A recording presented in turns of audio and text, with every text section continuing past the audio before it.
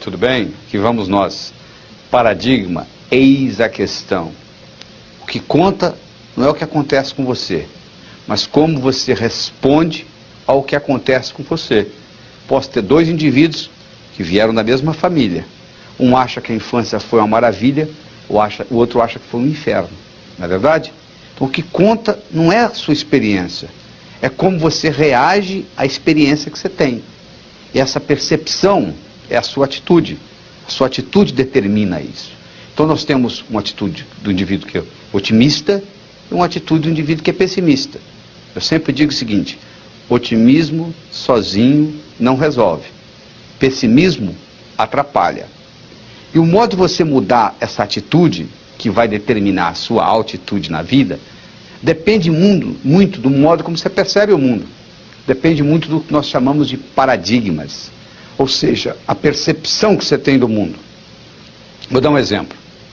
Se um indivíduo do sexo masculino veste uma saia ou um vestido de mulher, é um absurdo. Se um indivíduo do sexo feminino veste uma calça jeans de homem, não tem problema nenhum. Por quê?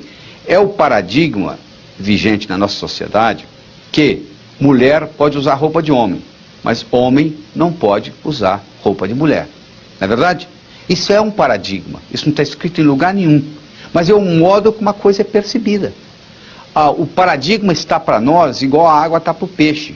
O peixe que nunca saiu da água, ele não sabe que existe água. Porque ele só vai saber que existe água quando ele souber o que não é água. Porque o nosso cérebro conhece por comparação, conhece por analogia. Então, se ele não sabe o que não é água, ele não sabe que ele vive na água. Se você não está vivendo num paradigma diferente, você não sabe que você vive num paradigma. E aquele paradigma determina o que é possível e o que é impossível na sua vida. E o paradigma, de um modo geral, está ligado com um paradoxo. Quando você depara com um paradoxo, é hora de mudar o paradigma. Niels Bohr, que é um físico dinamarquês que ganhou o prêmio Nobel por causa da estrutura do átomo, ele tem uma frase que ele diz o seguinte: que bom que nós encontramos um paradoxo. É sinal que nós estamos prestes a descobrir um novo paradigma. Quando a situação se torna paradoxal, o único jeito que você tem é criar novos paradigmas. E os paradigmas vão se tornando obsoletos. Essa que é a realidade. Então, na época das carruagens, ganhava dinheiro quem fabricava carruagem, quem fabricava roda de carruagem. Depois que o Henry Ford introduziu o modelo T, todo mundo passou a andar de carro, não adianta você fabricar a roda de carruagem mais. Hoje você tem que fabricar pneu, não é verdade? Porque houve uma mudança no paradigma. E isso aí vai determinar o modo como você vive. Vou dar um exemplo muito simples. Houve uma época que o mundo era chato.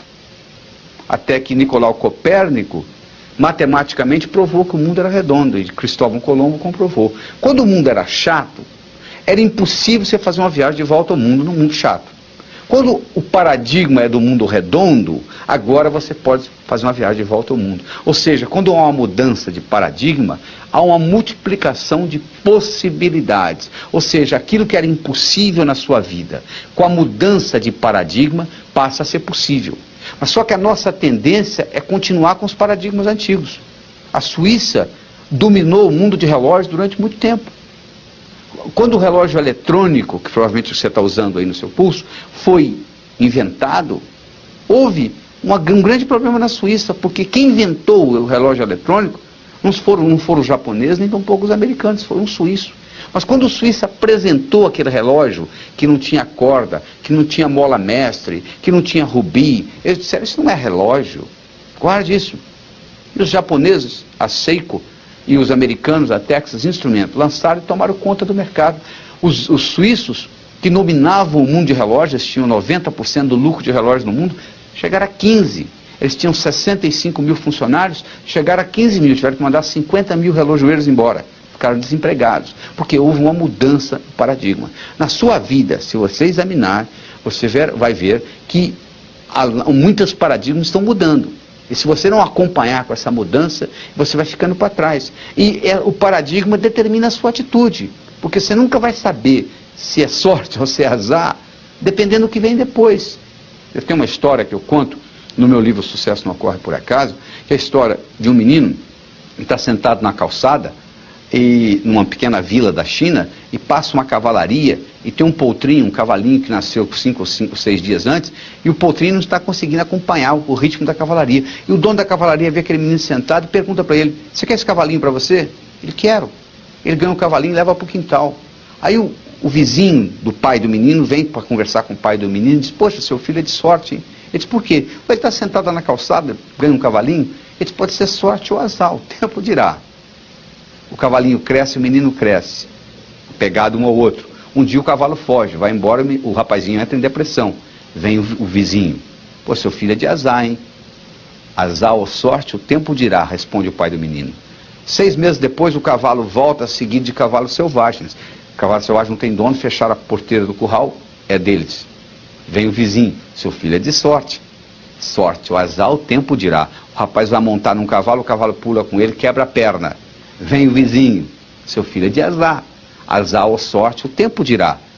O reinado onde ele vivia declara guerra ao reinado vizinho. Todos os indivíduos da idade dele vão para a guerra, com exceção dele estar com a perna quebrada. Vem o vizinho: seu filho é de sorte. Sorte ou azar, o tempo dirá. Se eu chego num cassino, você está jogando, você está ganhando $1 milhão, você diz para mim assim: ganhei $1 milhão, eu pergunto: você já parou de jogar? Você diz: não. Então você não ganhou ou perdeu até que você tirou as fichas da mesa. E aqui na nossa vida, nós tiramos as fichas da mesa quando nós morremos, quando nós transcendemos, quando nós mudamos o nosso endereço cósmico. Essa é que é a verdade. Só aí que nós tiramos a ficha da mesa. Porque às vezes uma coisa que parece azar é sorte, parece sorte é azar. O tempo dirá. Então por isso que essa atitude positiva, de você estar sempre vendo os dois lados da coisa, é muito importante. Nós vamos discutir em segmentos futuros desse vídeo a importância dos problemas. E continua a aplicabilidade desse processo de atitude. Então o que hoje é impossível na sua vida, é impossível baseando-se no paradigma que você vive. Se você mudar o paradigma, as possibilidades se multiplicam. E todas as vezes que você mudar o paradigma, você não quer mudar, porque mudando você está declarando que você está obsoleto. Você está começando de novo. E toda vez que você começa de novo, você tem que voltar a estaca zero. Os suíços, quando finalmente se deram conta que tinham que entrar no mercado do relógio eletrônico, eles tiveram que aprender eletrônica com os japoneses e americanos. Todo aquele know-how que eles tinham de implantar mola mestre, rubi e etc., não serviu de nada. Eles tiveram que começar de novo. Então você tem que estar preparado para, na hora que você fizer essa mudança, você tem que estar aprendendo novamente. Porque a única vantagem competitiva que nós temos hoje é a habilidade de aprender mais rápido. Porque os paradigmas se mudam com uma velocidade tão grande que o conhecimento que nós temos vai ficando rapidamente obsoleto. Mas existe um ditado do Mark Twain que diz o seguinte: se o único instrumento que você tem é o martelo, todo problema você pensa que é prego. A nossa tendência é dizer: não, peraí, eu sei como fazer isso. Eu já fiz isso no passado. O meu pai fez assim. Seu pai fez assim, não quer dizer nada. Aquilo pode ter servido na época do seu pai, mas não necessariamente serve nos dias de hoje. Voltamos a conversar.